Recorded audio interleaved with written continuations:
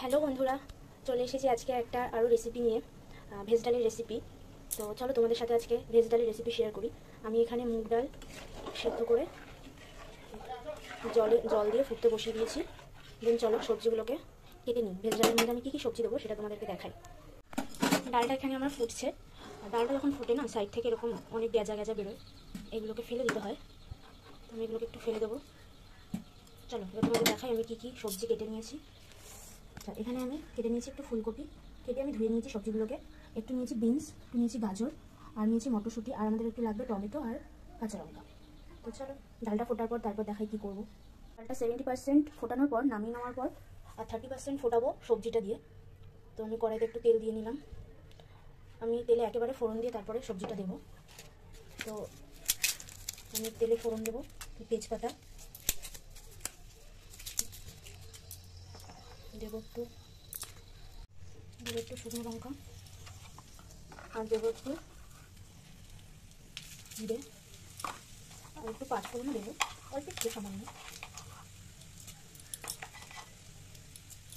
একটু জিরে, পাঁচফোড়ন, কাঁচা লঙ্কা আর তেজপাতা ফোড়ন আমি দিয়ে দিলাম। এটাকে একটু নাড়াচাড়া করে এক এক করে আমি সব সবজিগুলো এর মধ্যে দেবো। প্রথমে আমি এর মধ্যে একটু টমেটো, একটু কাঁচা লঙ্কা দিয়ে এটার মধ্যে কষিয়ে নেবো।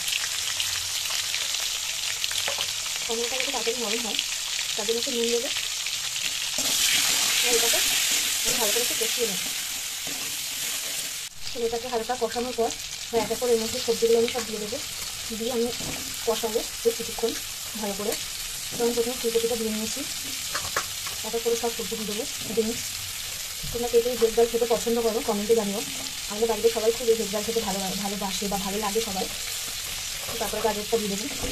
তো সেই জন্য নিরামিষ যেদিন হয় সেদিন আমরা ভেজ ডালটা বানাই। মটরশুঁটিগুলো সব দিয়ে দেবো। এর মধ্যে একটু নুন দেবো যাতে ভাজাগুলোর মধ্যে নুন হবে, আর একটু হলুদ দিয়ে নেবো। এগুলো একটু ভালো করে জল লঙ্কা দিয়ে কষিয়ে নেবো, ভাজা ভাজা করে নেবো আর কি কষিয়ে। তারপরে এর মধ্যে আমি একটু দিয়ে নেবো লঙ্কা দিয়ে।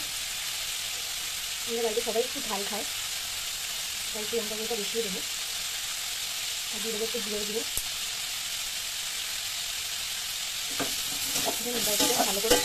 এর মধ্যে একটু স্বাদ মতো অল্প করে চিনি দিয়ে নেবো। দেখো আমার এটা ভালো করে ভাজা ভাজা হয়ে গেছে, ভালো করে কষানো হয়ে গেছে। এর মধ্যে আমি ডালটা ঢেলে দেবো, ঢেলে দিয়ে 30% ফুটিয়ে নেবো। দেন আমার ভেজ ডাল কমপ্লিট হয়ে যাবে।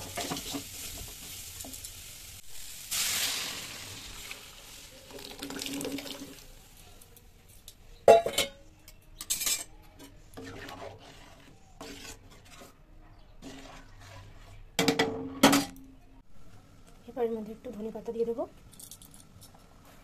একটু জিরে গুঁড়ো ছড়িয়ে দেবো, ব্যাস। এবার ডালটাকে নামিয়ে দেখাই। নাও কমপ্লিট আমার ভেজ ডাল। প্রত্যেকটা সবজি সেদ্ধও হয়েছে আর খেতেও খুবই টেস্ট হয়েছে। আমি একটু টেস্ট করেও দেখেছি। তোমরা কমেন্ট করে জানিও কে কেমনভাবে ভেজ ডাল রান্না করো।